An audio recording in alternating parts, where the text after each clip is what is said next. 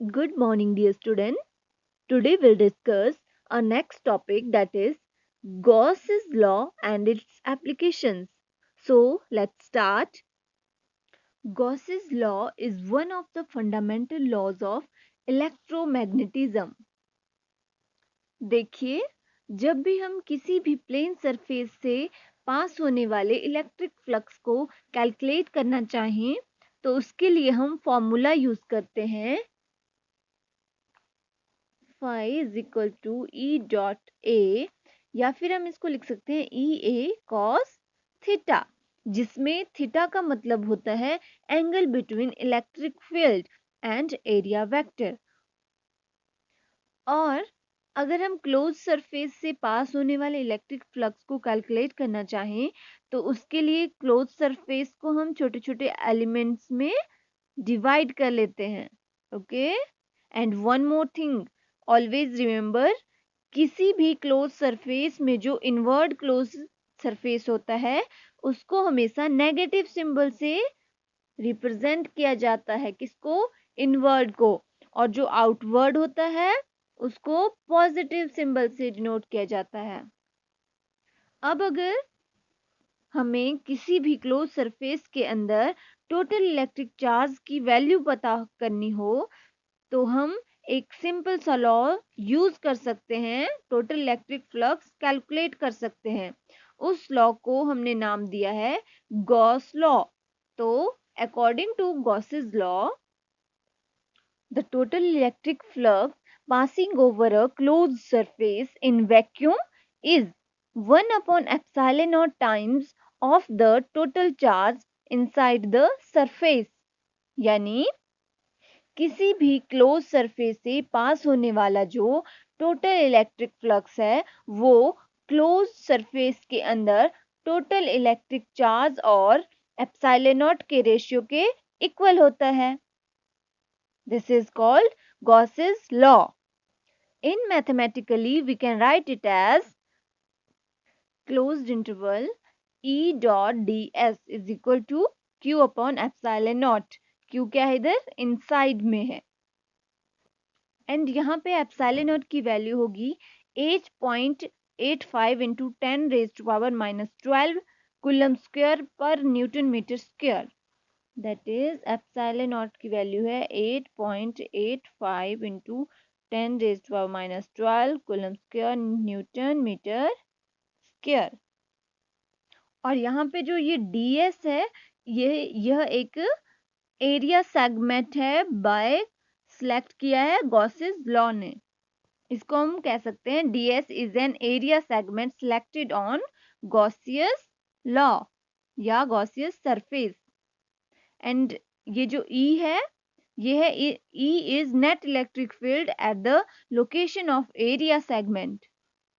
और ये जो Q इनसाइड है, ये है an algebraic sum of all the charges enclosed within the Gaussian surface. Now we will discuss Gauss's law using Coulomb's law. Consider a spherical enclosed surface. ये क्या है? Surface है कोई, यहाँ पे प्लस क्यू चार्ज है, ये इसका रेडियस है, ये डेल्टा एस या डी एस भी इसको कह सकते हैं हम, ये ई है, राइट। तो हमने क्या लिया? Consider a spherical enclose surface, जिसके सेंटर पे हमने पॉजिटिव चार्ज रखा हुआ है Q, एंड R डिस्टेंस पे जो इलेक्ट्रिक फील्ड का फॉर्मूला होता है वो होता है, R क्या इधर? रेडियस है, और कोई भी चार्ज हो उसके R डिस्टेंस पे जो भी इलेक्ट्रिक फील्ड का फॉर्मूला होता है वो होता है E is equal to 1/4 pi epsilon naught Q over R का स्क्वायर। ये फॉर्मूला आपने याद रखना है। अब देखो, अगर हम इस क्लोज सरफेस से पास होने वाले टोटल इलेक्ट्रिक फ्लक्स को कैलकुलेट करना चाहें, तो उसके लिए हम फॉर्मूला यूज करेंगे integration of E dot d s। We know that यहाँ पे जो ds है ये स्मॉल एरिया सेगमेंट है या एलिमेंट है जो कि क्लोज सरफेस पे लेना है। अब पूरी सरफेस के लिए थीटा रहेगा 0 डिग्री। क्या रहेगा? 0 डिग्री। तो जब आप इस डॉट प्रोडक्ट को ओपन करोगे तो इसको लिखा जा सकता है integration of EDS cos theta. We know that theta की वैल्यू यहाँ पे होगी 0 डिग्री, तो इसको लिख देंगे हम नीचे करके ds cos 0 डिग्री। और cos 0 डिग्री कितना होता है? That is 1। Always remember. Okay, now इसको हम लिख लेंगे ऐसे, इंटीग्रेशन ऑफ, ये जो e है ये बाहर आ जाएगा। नाउ लिखेंगे ds इज इक्वल टू, अब क्या करेंगे? e की वैल्यू पुट करेंगे 1/4 pi epsilon naught q over r का स्क्वायर। पता है ना क्यों e की वैल्यू ये है इधर, तो इसको हम इधर लिख लेंगे। इनटू साथ में होगा 4 पाई r का square. Now integration of ds is equal to surface area of the square, यानी 4 पाई r का स्क्वायर जो हमने इधर पहले लिखा। इसका मतलब हुआ ये, ठीक है। Integration of ds is equal to surface area of the square, यानी 4 पाई r का स्क्वायर। अब ये क्या होगा? कैंसिल आउट हो जाएगा, 4 पाई से 4 पाई, r से r। नाउ अब हमारे पास क्या बचा इधर? साई, या इंटीग्रेशन बोल सकते हैं हम, q over epsilon not. This is our answer.